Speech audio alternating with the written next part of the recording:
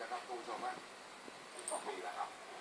ก็ปรากฏว่าทานน้ำใจจากคนไทยทั้งประเทศไม่ขาดสายนะจนกระทั่งเงินในบัญชีที่มีอยู่เดิมของป้าปุ๋ยเนี่ยนะครับเขาจะชื่อในบัญชีธนาคารของธนาคารเพื่อการเกษตรและสหกรณ์การเกษตร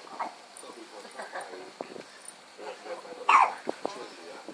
ให้มีกำลังใจ ถ่ายหน้าวันนี้สิพ่อมาถ่ายหน้าถ่ายเป็นว่า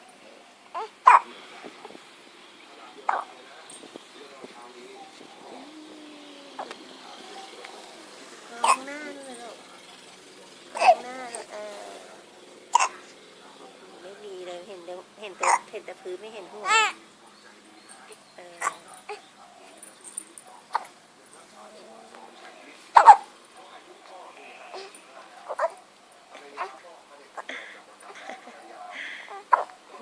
หมดแรงแล้วหัวตกพอยัง